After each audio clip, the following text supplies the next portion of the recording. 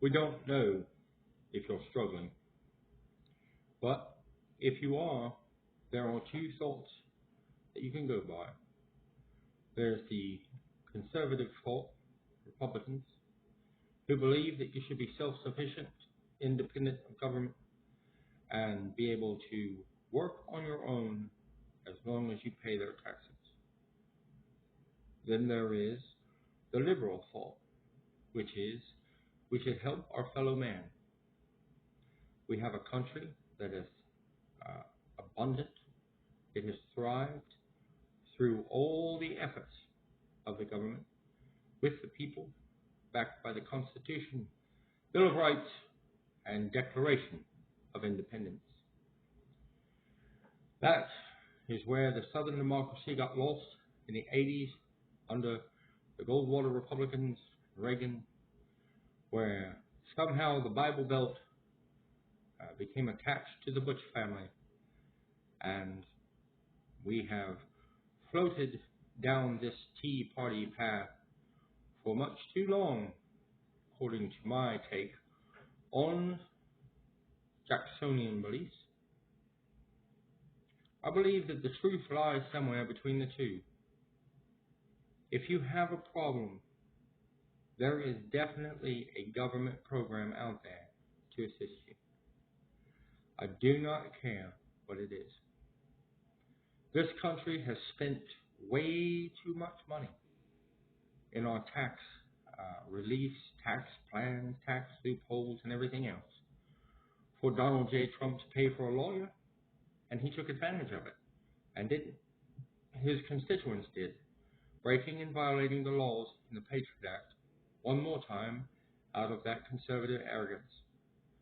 They, in time, will be found guilty of supporting treason through the Patriot Act financial guidelines. Now, with that said, we have got so many programs attached to our government that we have two uses. One, we can use them to help fellow man, which is what they're there for. Number two, we can start to eliminate them because they're not being used effectively and they cost too much money. Those are the choices that you should have when you start to seek a candidate to represent your value system. As we do that, we will move further and further down the line to a solution. My personal belief is as long as they're here, we should use them.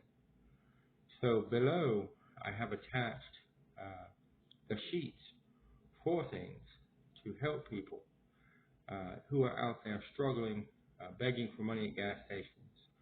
I had a lady say that one was playing an instrument in front of the Colony Square somewhere, trying to get some extra money, and somewhat belittled him about the way he was approaching it. And that's up to the individual. Perspectives are, like hubcaps, everybody's got four. It's better off if you don't believe in handing them money to go ahead and hand them these sheets, which may be more valuable over time. I call them the game plan. I also have attached a book that they could sell as they play their instrument or whatever. It wouldn't cost $1 to print.